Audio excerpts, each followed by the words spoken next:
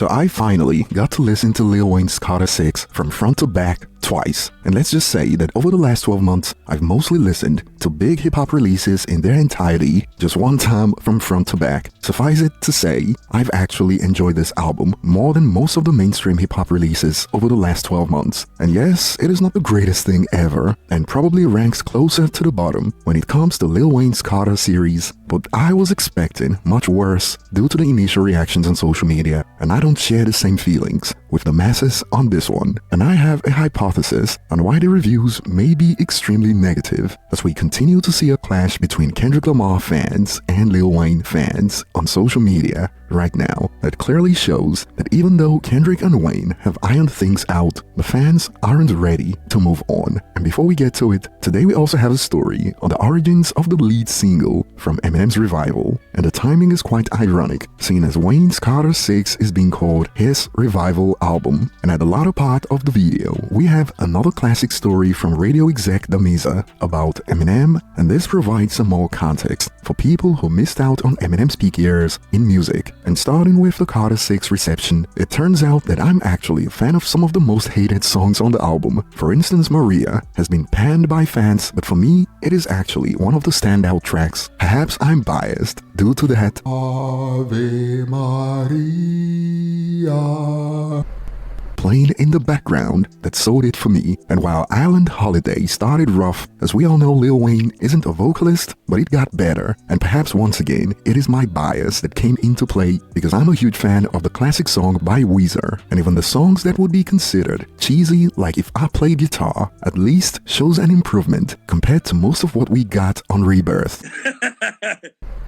And yes, I know the bar is low with that one, but it is what it is. And the highs weren't as high as Carter 5, but it got less skips for me than the Carter 5, and expecting Carter 2 and Carter 3 Lil Wayne in 2025 is pushing it, in my opinion, because even if the raps could become more fire today, people wouldn't care about the raps as much to give it a fair chance like they did in the mid-2000s, when Wayne on a global scale still had some of that new car smell, if you know what I mean. But today, Wayne is no longer the trendy rapper, so he doesn't get the benefits that come with the Wave Riders. So yes, even the listeners aren't in the same headspace when it comes to Wayne in 2025. So those are my early thoughts on the Carter 6, as I went in expecting worse and left with the conclusion that people were doing a little too much. And my hypothesis is that the Drake versus Kendrick Lamar battle, including the Super Bowl drama between Wayne and Kendrick, have also played a part in how people have received the album. And I've got a couple of examples, because the people have picked their sides and they are sticking to it, and the clash of the titans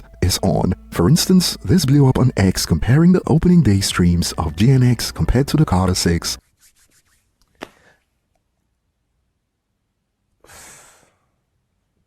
And now you could ask yourself, would this tweet exist without the Super Bowl drama? And boy, the debates were on as expected, as on one end, some have expanded, I used to bump the Carter 6 will never be said by anyone, while on the other end, GNX's chart credibility is getting called into question by fans on the other side. GNX was pushed by heavy machines, and things got messy. Has Kendrick ever sold 1 million first week, which got this response? Has Lil Wayne spent 600 weeks on the Billboard 200? And I'd say that this is gonna be the new normal moving forward, as hip-hop beefs don't end even when the rappers become cool. Just look at Nas and Jay-Z fans and how they pretend to be cool with each other until someone says that no 90s rapper has released a quote classic since 444. What did you say?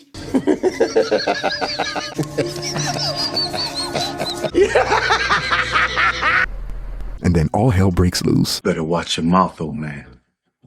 And back on topic, some users aren't having it. This is embarrassing. Kendrick idolizes Wayne, and y'all still talking about the damn beef. And more, these comparisons are unnecessary. Wayne has been in the industry for over 30 years. They are not in the same league, but the clash is still on, as we even got an update of the day 2 numbers that shows GNX pulling 75 million streams compared to the Carter 6 7.7 million. And while some users continue to play dumb with questions like, why are we comparing the two, some in Kendrick's corner have expanded. He was out there talking about waking up the sleeping giant, laughing emoji, 7.7 million streams, laughing emojis. And this double standard continues when it comes to numbers in hip-hop. And in Wayne's corner, some have expanded. Kendrick will never in his life be as popular as Wayne back in '08 for Carter 3, with all the buzz, Drake beef, Super Bowl announcement, etc. GNX sold 319,000 copies first week, laughing facepalm and trash emojis. At his highest buzz, couldn't crack 500,000. So as you can see, the debates are still on, and I'll be looking forward to your thoughts on the clash between Kendrick Lamar fans and Wayne fans that is far from over. And do you agree with the hypothesis that the Drake versus Kendrick battle, coupled with the Super Bowl fallout, has added to the extreme reactions aimed at the Carter 6, as we are in an era where most mainstream hip-hop albums aren't known for their stellar quality, and somehow in the same breath people are acting like Wayne dropped the worst thing ever imaginable. And moving on to the next point, we recently covered the story behind Temporary on the death of Slim Shady, how Skylar Grey initially thought it was a better fit for Ed Sheeran, and she tried to get Eminem to send it to Ed, only for Eminem to be like, nah, I'm keeping this. And we got to find out some more about the origins for Revival's lead single that nearly went to another pop star, and from Skylar Grey, when Pink and Eminem both wanted my song, Walk on Water. And Skylar also briefly spoke about the struggles of being put in a box in the industry, and in her case, the box of songwriter slash collaborator. Everybody gets put in a box based on a song that was super successful, and as an artist that can be really frustrating because you're trying to make more art and show the world your new shit. And you know, like I put out a song myself right now when I don't have a feature, or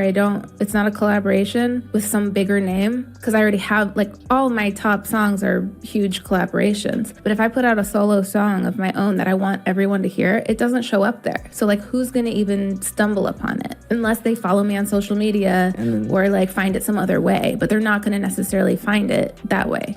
If a song goes viral and then all of a sudden and so that frustrates me. So Walk on Water, I was going through a rough patch when I wrote that song, so a lot of, like, I feel like I'm purposefully like blocking out a lot of memories from that time period, and so I'm having a hard time recalling how that one came to be. But what I do remember about it was that Pink was interested in cutting it. Really? In cutting Walk on Water before I had sent it to M, but I hadn't gotten the yes, I want it yet from him.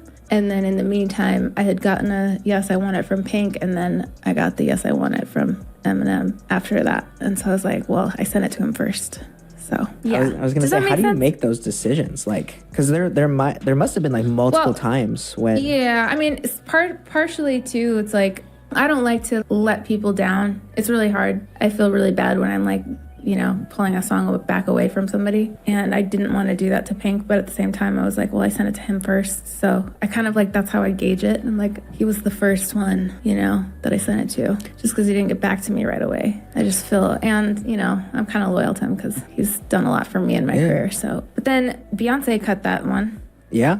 Incredible singer. Yeah, but then I was the one who ended up performing it on the TV shows and on tour and stuff. So that was fun. Which TV shows?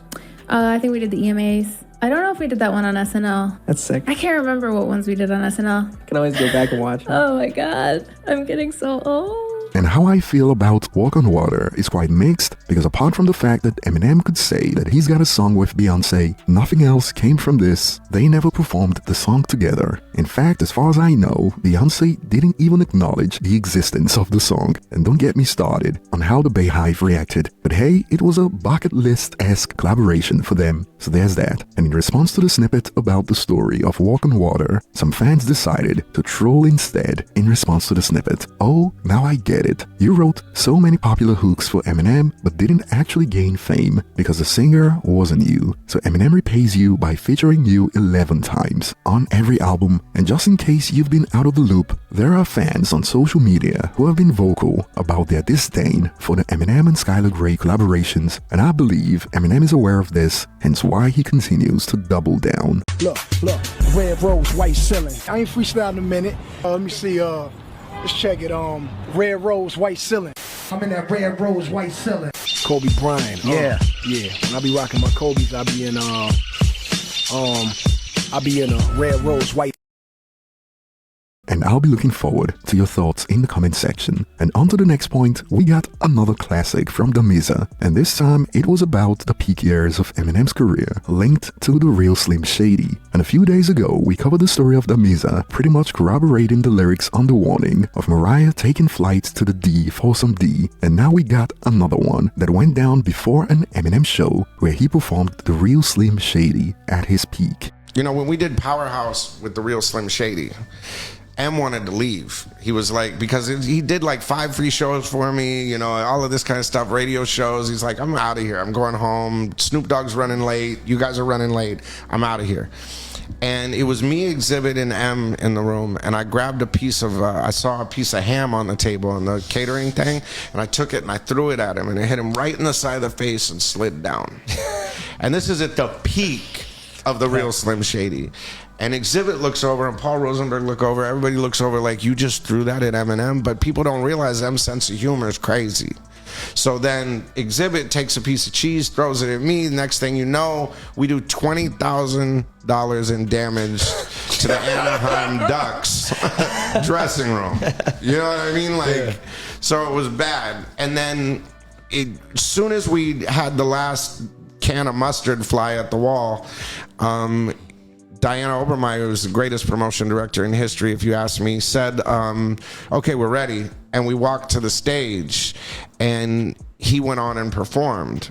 That night, watching the real Slim Shady at the peak of the real Slim Shady with the confetti cannons and it was like, yo, this is Jason Mask shit. It was nuts. Well, that was MTV the month before, but it was, I mean, it was crazy. Seeing that was crazy. I could not imagine a bigger record at a bigger time with a bigger artist, timing wise. I saw that was crazy. I mean, Guns N' Roses in the 90s, you know, at the Coliseum probably would be a close second. And I'll be looking forward to your thoughts in the comment section. Thanks for watching, and I will see you on the next one.